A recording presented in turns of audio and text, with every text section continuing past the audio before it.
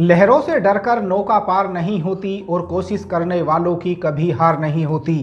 दोस्तों, आज जिन शख्सियत से मैं आपकी मुलाकात कराने वाला हूं, उनका पूरा जीवन इन्हीं लाइनों के इर्द गिर्द है।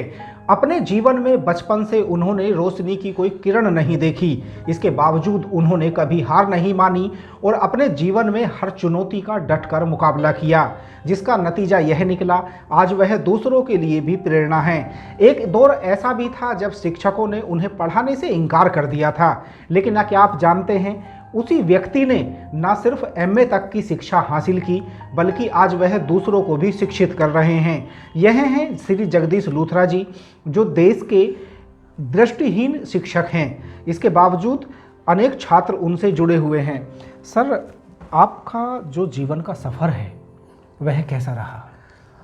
नितिन जी, हारिए ना हिम्मत, बिसारिए ना हरि नाम।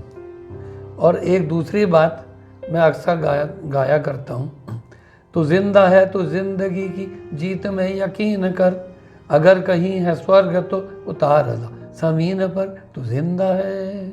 तो ये चीज़ें मुझ में ईश्वर कृपा से ऐसे विकसित हुई जैसे आप जैसी शख्सियत के साथ मेरा संपर्क हो रहा है। मैं अपेक्षा करता हूँ, उन्नति करता हूँ कि आपकी उन्नति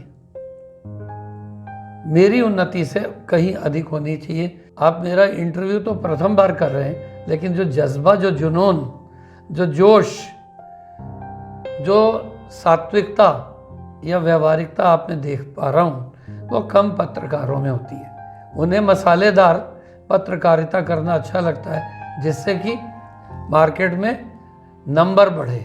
लेकिन जिन लोगों को, हम जैसे लोगों को आप चुन रहे हैं, जिनकी वैसे कोई वक़्त नहीं है और उन्हें आप इस पटल पर लाना चाहते हैं, तो मेरी आपके साथ शुभकामनाएं हैं। सर, आपका जो शिक्षा का दौर है, शिक्षा हासिल करना आपके लिए कितना कठिन था? बचपन से चूँकि आंखों की रोशनी नहीं थी, तो आपके लिए यह सफ़र कितना कठिन रहा? सफलता में एक ही बात, उसके लिए कोई कठिनाई नहीं होती। जो success is a journey, not a destination. चलते रहना जो अपने ज़िंदगी का लक्ष्य मान ले। तो निश्चित रूप से मेरे जैसे भारत के लगभग 5 करोड़ दृष्टिबाधित ऐसे हैं कि वो समझते हैं कि अगर उन्हें भीख मिल गई तो अच्छा है। लेकिन मेरे इस चैलेंज ने मुझे प्रकाश दिया, मुझे जागृति दी, मुझे चेतना दी। ये ईश्वर की अनुकंपा कह सकते हैं। अंधकार में ही तो जुगनू अपना महत्व रखता है। आज मेरा ये सौभाग्य है कि लगभग 60,000 लोग व्यक्तिगत रूप से मुझे जानते हैं, और उनके माध्यम से मैं कह सकता हूँ 60 करोड़ भी कम होंगे जो मुझे नहीं जानते होंगे। तो लोगों में व्यक्तित्व का निखार, चरित्र का निर्माण, भाषा में सुधार और व्यक्तिगत रूप से किसी को कैसे फेस किया जाता है, उस इंटरव्यू की तैयारी करवाना मेरा लक्ष्य है। अच्छा, जब आपने शिक्षा हासिल की तो क्या ऐसे भी शिक्षक रहे जिन्होंने कभी हौसला तोड़ने का प्रयास किया हो? ऐसे छात्र रहे जिन्होंने परेशान करने का प्रयास किया हो? 95% लोग ऐसे ही होते थे जी। विद्यार्थी ये चाहते थे कि हम उनके साथ पढ़। वो मेरा मजाक, कभी जैसे जा रहे हैं तो सड़क पे कहेंगे अंधे आगे गड्ढा है, तो मेरा जवाब होता था भाई तो पार करवा दे। धीरे धीरे धीरे धीरे परिस्थितियाँ बदली, मौके बदले, अवसर आए, और उन्हीं अध्यापकों ने मुझे सब जगह पर अपने रोल मॉडल के रूप में प्रस्तुत करना शुरू किया। दुनिया में मुसीबतें नहीं आएंगी, दिक्कतें नहीं आएंगी, परेशानियां नहीं आएंगी, तो फिर मैं राजनीति से किसी का नाम भी ले दूं तो बुरी बात होगी। लेकिन those who are born with silver spoon in their mouths, मेरे को 1960 में जी ये समझा गया कि मैं स्कूल में पढ़ूं, तो वो कोई इरादा घर वालों का नहीं था। उन्हें ये बताया गया कि अजमेर शरीफ में जाइए, वहाँ पर एक ऐसी दरगाह पे तालाब है जिसमें नहलाइए तो आपका बच्चा ठीक हो जाएगा। वो मुझे वहाँ लेके चल पड़े। रास्ते में एक सज्जन ने कहा कि ईश्वर ने अगर ऐसे ही लोगों को ठीक करना होता इन जादू टोनों से, तो फिर उसे अंधे बनाने की ज़रूरत ही क्या थी। आप जाइए, इन्हें शिक्षा केंद्र में पंचकुइया रोड पर एक स्कूल था, उसमें ले जाइए, इन्हें वो लोग पढ़ाएंगे, और एक दिन ऐसा आएगा कि आपका नाम रोशन होगा। फिर 1960 के बाद जब मैं 1968 में देहरादून से पढ़कर लौटा, तब भी मेरे घर वालों को, मेरी भाभी को, मेरे समाज को, मेरे अड़ोस पड़ोस को ये प्रॉब्लम थी।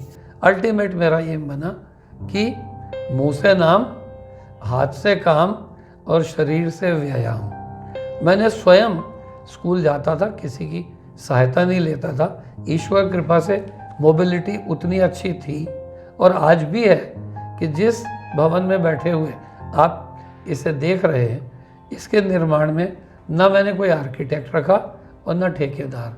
अपनी बुद्धि से, अपने विवेक से, अपनी क्षमता से, अपने कल्पना से इसे बनवाया और आज इसमें हजारों विद्यार्थी पढ़कर जा चुके हैं। मेरे साथ मेरी पत्नी का जो संबंध 79 में हुआ, वो 74 में मेरे संपर्क में आई। तब उनको भी मैंने ये बताया कि मैं किसी ऐसी महिला से संबंध जोड़ना चाहूँगा जिसकी परेशानी मुझसे ज़्यादा हो। तब उन्होंने अपनी व्यक्तिगत समस्याओं को डिस्कस किया। मैंने कहा कि आपके परिवार के सभी सदस्यों की जब हम उम्र लोगों की शादी हो जाएगी, उसके बाद ऐसा वातावरण पैदा करेंगे कि आपके माता पिता प्रस्ताव लेकर के आएँ, मेरे माता पिता उस पर स्टैंप लगाएं और हम साथी हो जाएं। आज उन्हीं का ये कंट्रीब्यूशन है, मेरी वाइफ का, मेरी मदर का, कि जिसके परिणाम स्वरूप आज हम बहुत अच्छे से अपने जीवन को जी पा रहे हैं। अर्थात मेरा परिवार मेरा देश है, मेरा परिवार मेरा राष्ट्र है, मेरा परिवार मेरे विद्यार्थी हैं जिनकी उम्र 14 साल से और 30 साल के बीच में होती है। अच्छा, आपके पढ़ाए हुए ऐसे कितने छात्र हैं जिन्होंने ऊंचाइयों को छुआ है? देखिए सर, जहाँ तक ऊंचाइयों की बात है, मैं ये कहूँगा कि मनुष्य की 3 आवश्यकताएं होती हैं। स्वावलंबन, आर्थिक, उसमें लोग अरबपति भी हैं जो बिजनेस में गए। दूसरा होता है कीर्ति, यश जी। उसके अंदर कितने ही आईएएस, कितने ही आर्मी पर्सन्स आप यूट्यूब पर उठा के देख लीजिए, आपको उनके द्वारा ये बात कही गई मिल जाएगी कि उन्होंने रोजमेरी में कैसे पढ़ना आरंभ किया और आज वो कहाँ है। सर का उत्तर प्रदेश के मेरठ शहर में रोजमेरी इंस्टीट्यूट है। इंस्टीट्यूट की और सर की जो शिक्षा देने की पावर है, उसकी सबसे बड़ी खासियत यह है कि शिक्षा के साथ साथ वह बच्चों को नैतिक शिक्षा भी देते हैं, उन्हें संघर्ष करना भी सिखाते हैं, उन्हें स्वावलंबी बनना भी सिखाते हैं और उन्हें सिखाते हैं कि ज़िंदगी में जब ऐसे दौर आएँ, आप खुद को हारता हुआ महसूस करें तो फिर आप बाधाओं को कैसे पार कर सकते हैं। दोस्तों, आपको भी सर की यह कहानी पसंद आई है तो चैनल को लाइक कीजिएगा, सब्सक्राइब कीजिएगा।